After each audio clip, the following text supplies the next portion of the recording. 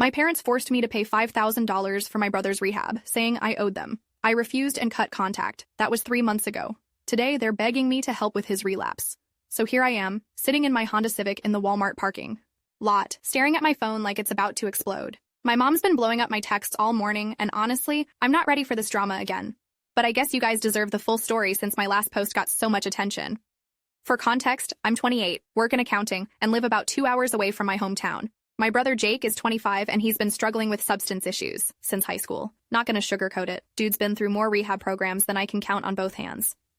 3 months ago, my parents cornered me during what I thought was going to be a normal Sunday dinner. Mom made her famous pot roast, Dad was watching the game on his old Samsung TV, and everything seemed chill. Then they dropped the bomb.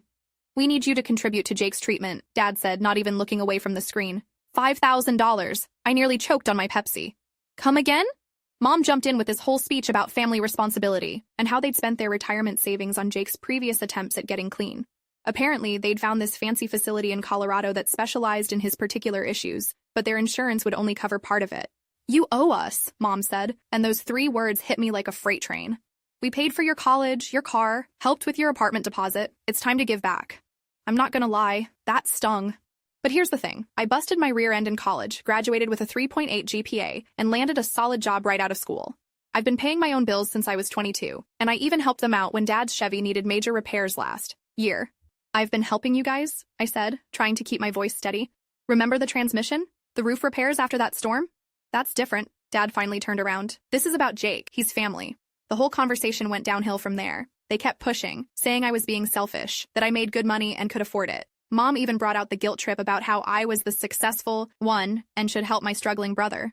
But here's what really got me. Jake wasn't even there. He was supposedly at a friend's place, probably getting messed up again. This whole conversation was happening without him even knowing about it. Update. Holy cow, the responses on my last post were incredible. You guys really helped me see this situation clearly. Some of you asked if Jake even wanted help. Spoiler alert, that becomes important later. What would you do if your family demanded money for someone who kept refusing to stay clean? I told them no. Flat out refused. Not because I don't love Jake, but because I'd watched this pattern repeat itself over and over. He'd go to treatment, seem better for a few months, then relapse harder than before. Each time my parents would find some new program, some new hope, and drain more of their savings. "You're abandoning your brother," Mom said, and I could see tears starting to form. "I'm not abandoning anyone," I replied, "but I'm not enabling this cycle anymore." That's when Dad really lost it. Started yelling about how I thought I was better than everyone, how success had gone to my head. Said some things that I'm not going to repeat here, but let's just say they cut deep. I grabbed my jacket and left. Drove home in complete silence. No music, no podcast, just the sound of my thoughts racing. For the next week, they kept calling. Voicemails ranged from angry to pleading to downright manipulative. Mom sent me childhood photos through text, trying to remind me of better times. Dad left a message saying they were disappointed in who I'd become. Finally, I sent them a long text explaining my position. I told them I loved Jake, but I couldn't keep funding a pattern that wasn't working. I said I needed space from all of them until they could respect my decision. Then I blocked their numbers.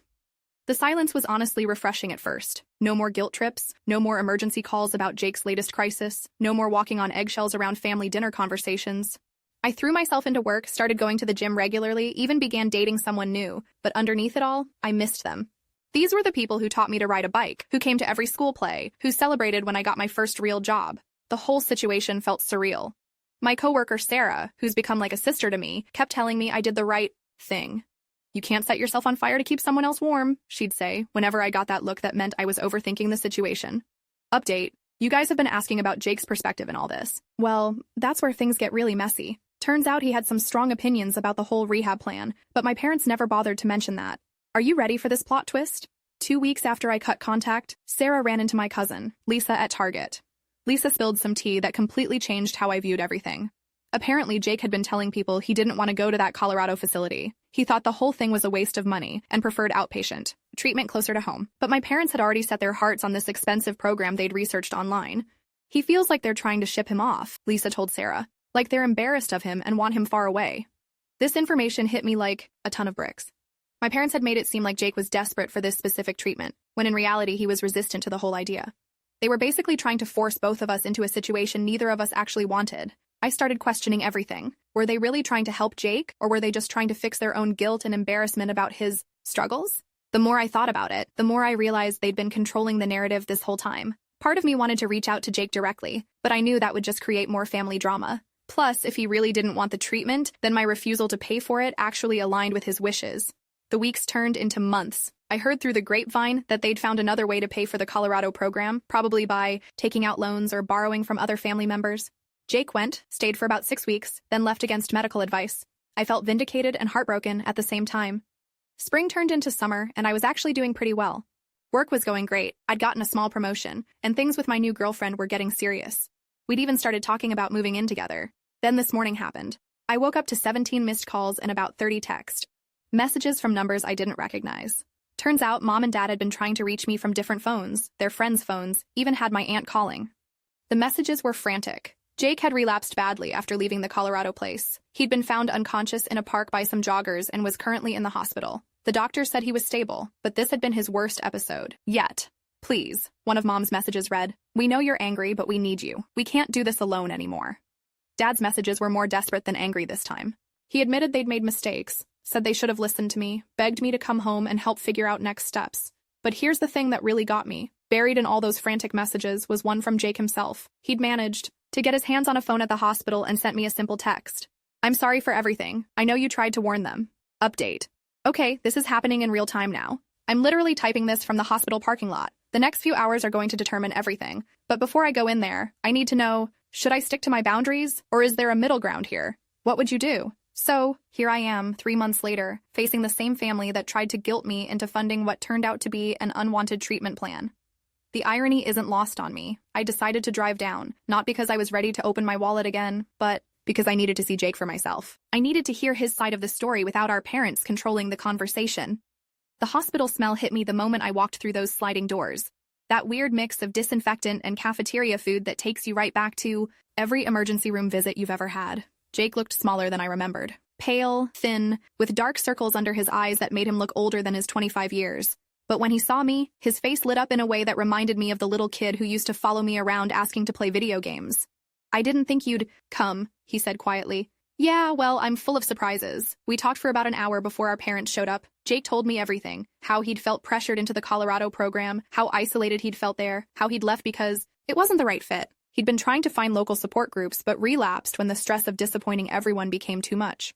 "I never asked them to make you pay," he said. "I told them I didn't even want that place, but they wouldn't listen." When Mom and Dad finally arrived, the dynamic in the room shifted completely. Suddenly, everything was about them again. Their fear, their guilt, their need to fix things their way. "We're so glad you came," Mom said, reaching for a hug that I didn't quite return. Dad looked older, more tired than I'd ever seen him. "We've been thinking about what you said, about the pattern." For the next 2 hours, we had the most honest conversation our family had ever had. I laid out my boundaries clearly. I wasn't going to fund any more treatment programs, but I was willing to help in other ways. I offered to research local resources, to be part of a support system, to help Jake find a therapist he actually connected with. Jake spoke up more than he ever had before, telling our parents exactly what kind of help he actually wanted. Turns out he'd been researching outpatient programs and had found a few that looked promising. Programs that would cost a fraction of what they'd been spending on residential facilities. "But those aren't as intensive," Mom protested. "Maybe intensive isn't what I need," Jake replied. "Maybe I need to learn how to live in the real world while getting help, not be locked away from it." The conversation wasn't easy. There were tears, raised voices, and moments when I thought we were going to fall back into old patterns. But something had shifted. Maybe it was Jake's honesty. Maybe it was my parents finally seeing the consequences of their approach. Or maybe it was just exhaustion from fighting the same battle over and over. By the time visiting hours ended, we had a plan. Not my parents' plan, not my plan, but Jake's plan. He would start with an outpatient program he'd researched, attend regular therapy sessions, and move into a sober living house he'd found online.